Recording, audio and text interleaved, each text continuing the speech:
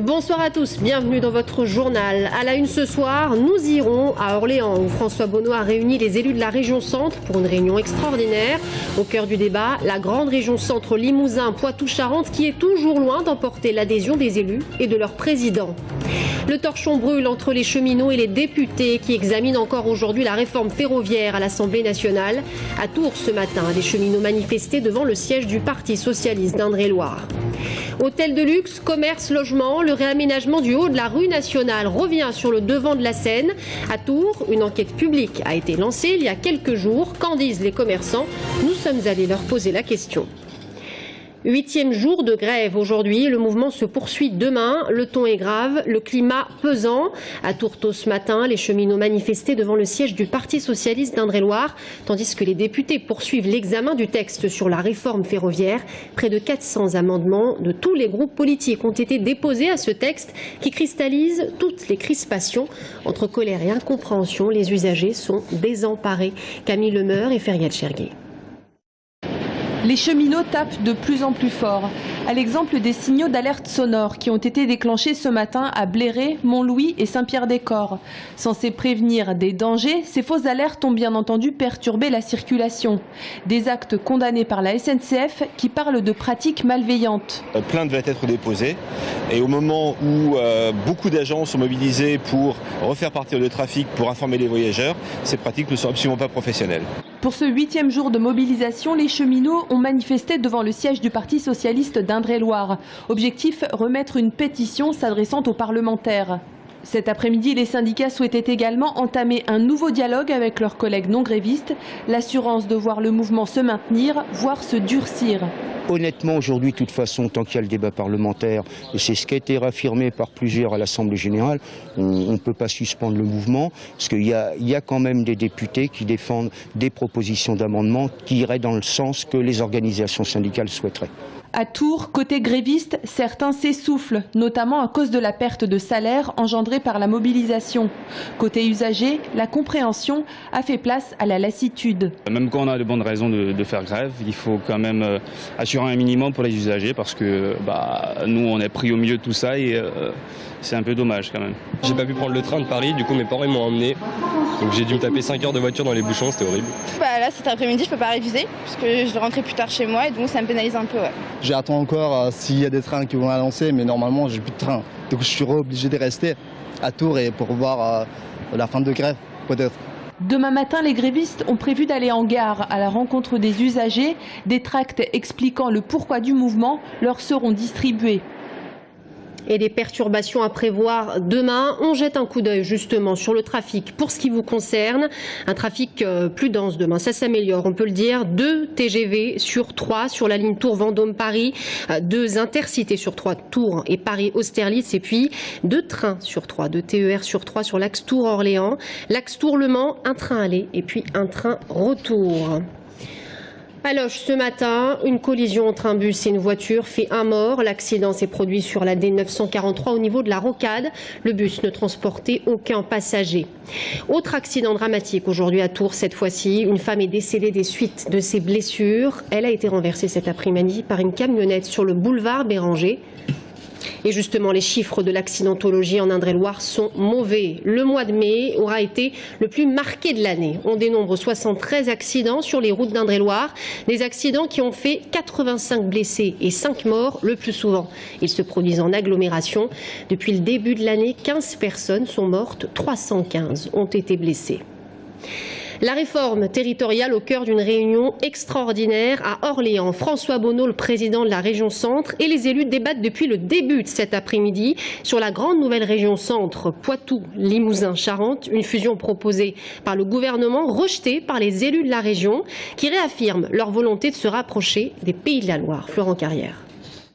Nous avons la volonté de tout faire pour porter jusqu'au bout le combat pour un rapprochement entre la région Centre et les Pays de la Loire. Tout reste possible, voilà ce qu'a déclaré François Bonneau en préambule de cette journée de débat.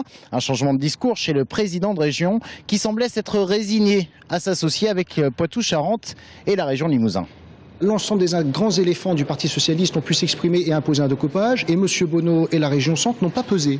Et ils ne se sont pas donné les moyens de peser dans ce débat. Donc c'est ça qu'il faut corriger aujourd'hui. Ce que nous souhaiterions, c'est que le président de la région Centre ait un cap clair, partagé avec les élus, les collectivités locales, et qu'il s'y tienne.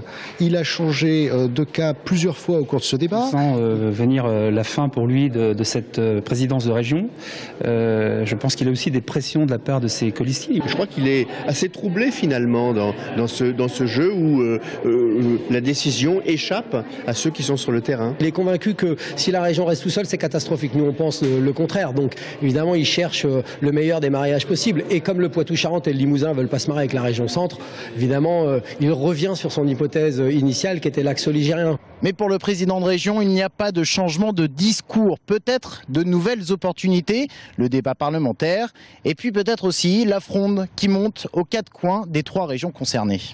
J'ai redit dès le début du débat public que notre objectif était de travailler avec les Pays de la Loire et se poursuit ce dialogue avec les Pays de la Loire. J'ai pris en compte que n'y parvenant pas, le projet du gouvernement est un projet qui envisage une autre association. Nous la considérons tout en redisant il n'y a pas de changement de posture. C'est une posture qui est une posture passionnée autour de la Loire, qui ne veut laisser aucune possibilité de côté de faire aboutir ce projet.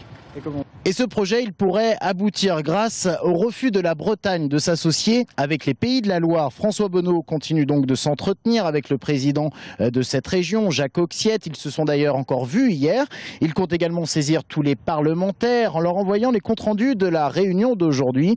Après avoir semblé résigné, François Bonneau pourrait fédérer autour de lui tous les défenseurs du Val-de-Loire. Mais à la région, frontistes, communistes et écologistes refusent toute idée de fusion. Et Stéphane Le Foll, le porte-parole du gouvernement, l'a réaffirmé ce matin. Les élections régionales et départementales auront lieu en décembre 2015. Les révélations de Mediapart attisent l'affaire Big Malion. 308 000 €. C'est ce qu'aurait réellement coûté le premier meeting de Nicolas Sarkozy à Saint-Cyr-sur-Loire le 23 avril 2012, au lendemain du premier tour. Un montant qui n'apparaît pas sur les comptes officiels qui affichent, eux, un total de 72 000 €. Un dépassement qui serait porté à 17 millions d'euros selon Mediapart. Des éléments que le site web d'information aurait obtenus en se procurant toutes les factures des meetings de campagne de l'ancien président de la République. Hôtel de luxe, commerce, logement, le réaménagement du haut de la rue nationale, lancé sur la précédente municipalité, revient sur le devant de la scène tourangelle. Il faut dire que les commerçants et autres propriétaires sont nombreux à s'interroger sur l'ampleur et la teneur réelle du projet. Une enquête publique a été lancée il y a quelques jours. Camille Lemeur et Feriel Chergui. Faire table rase pour construire de nouveaux bâtiments plus hauts, accueillant 2 hôtels de luxe, des commerces de gamme moyen plus, 13 logements et 2 parvis. C'est ça le projet de réaménagement du haut de la rue nationale. Un projet que le président des vitrines de Tours ne voit pas d'un mauvais œil. Ça ne peut être que très bien pour cette entrée de ville, puisque 2 hôtels, c'est très bien. La surface de commerciale qui va être mise en place, ça me paraît tout à fait logique et tout à fait correct.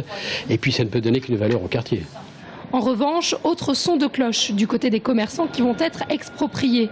Ils dénoncent le manque d'informations et des indemnisations dérisoires, autour de 20% du chiffre d'affaires annuel. D'ailleurs, beaucoup ont déjà déménagé et pour ceux qui restent, c'est un véritable cercle vicieux. Bon, concrètement, on ne peut pas avoir du monde qui vient alors qu'il n'y a plus rien. Voilà, et ça sera de pire en pire, de toute manière. Moins il y a de monde, moins le chiffre d'affaires est conséquent, moins ils vont nous payer. Aujourd'hui, je ne suis pas prête à laisser mon commerce pour une bouchée de pain. Dans ce salon de coiffure qui n'est pas concerné par les expropriations, les inquiétudes sont d'une autre nature. Il n'y aura plus d'adresses tourangelles, entre guillemets, mais que des adresses nationales qui pourront se payer des loyers pareils. Et le quartier va changer.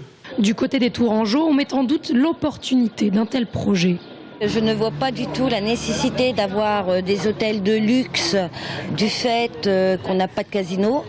On n'a pas quelque chose d'exceptionnel pour accueillir cette clientèle-là. Il faut être honnête. On a un lieu de vie quand même ici où il y a quand même pas mal de commerces. Donc est-ce qu'on va perdre tout ça, les commerçants qui perdent leur commerce. Voilà, je trouve que c'est un petit peu dommage. Côté calendrier, l'enquête publique qui a débuté le 16 juin prendra fin le 27 juillet pour un rapport rendu avant fin août. Le projet pourrait ainsi être acté en conseil municipal en octobre pour un dépôt des permis de construire en janvier 2015 et une fin des travaux en 2017. Coût total de l'opération, environ 20 millions d'euros. Quand le football amateur rencontre des professionnels du ballon rond, l'AS Montlouis et l'AS Saint-Étienne, club de Ligue 1, 4e du championnat cette saison, viennent de signer une convention de partenariat. Une belle opportunité pour Montlouis qui espère ainsi former ses éducateurs dans un club de qualité. Romain Delville. D'aucuns estiment que le football amateur et le foot professionnel sont deux mondes qui s'opposent. D'autres considèrent que ce sont deux univers complémentaires. L'AS Montlouis-sur-Loire et l'AS Saint-Étienne, par la convention signée hier soir, sont maintenant partenaires. Une démarche engagée depuis 1 an et demi par leurs dirigeants. Ce que j'admire beaucoup dans le travail qui est fait à Saint-Étienne, c'est évidemment le travail sportif, mais c'est aussi le travail humain en direction des gamins du centre de formation. Et ça, pour moi, c'est aussi important que le travail sportif. Je ne sais pas si un jour il y aura un jeune Montlouisien qui deviendra professionnel ou une jeune Montlouisienne, parce que le foot féminin, à mes yeux, est aussi important que le foot masculin, et c'est sans doute l'avenir du foot français. Mais en tout cas, c'est sur les valeurs et sur l'esprit sportif. Au premier rang dans la salle montlouisienne, les moins de 17 ans en survêt jaune et noir. Cette saison, ils ont franchi un cap en gagnant le titre régional de DHR. Et comme souvent, ça dépasse la technique et le football. Comme on est une bande de copains en fait, on se connaît depuis très longtemps. Et je pense pour une équipe, ça peut faire la différence sur certains matchs. Quand ils sont très serrés, très indécis, à la mi-temps, on se regarde, on se reprend, on dit celui-là il est pour nous. Et ensemble on va aller le chercher et à la fin on gagne. La convention de partenariat prévoit que des éducateurs montlouisiens suivront des formations dans le club stéphanois. Des techniciens de Saint-Étienne viendront à Montlouis, c'est une sorte de jumelage interclub. Et puis il y a la détection sportive. Un référent de l'ASM sera les yeux et les oreilles pour le club tout en vert. Ce n'est pas un problème financier, forcément, c'est un problème de trouver des joueurs qui ont de la compétence, qui ont un niveau supérieur et qui peuvent éventuellement rejoindre le centre de formation de l'AS Saint-Étienne, effectivement. C'est la 29e convention de partenariat que conclut l'AS Saint-Étienne et son président de préciser que la plus grosse association de supporters des Verts, hors Saint-Étienne, se situe à Blois. Et le foot amateur fait lui aussi sa Coupe du Monde le week-end prochain à Montlouis-sur-Loire. L'Association française de football amateur et l'AS Montlouis Football réuniront à cette occasion 32 équipes venant de toute la France, soit 350 enfants passionnés du ballon rond. Voilà, dans un instant, nous recevrons Michel Puy-Grenier avec qui nous parlerons des fêtes musicales en Touraine. On se quitte avec un extrait Nicolas Luganski qui ouvrait le bal vendredi dernier. À tout de suite.